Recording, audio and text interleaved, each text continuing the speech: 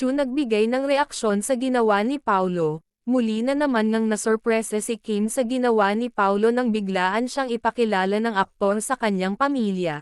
Lubos naman daw ang pasasalamat ng aktres dahil sa maayos na pagtanggap sa kanya ng pamilya ni Paulo. Anito di daw siya makapaniwala na welcome siya sa pamilya ng binata. Komento naman ng kanilang mga tagahanga masayang-masaya daw sila at tanggap si Kimi ng pamilya ni Paulo.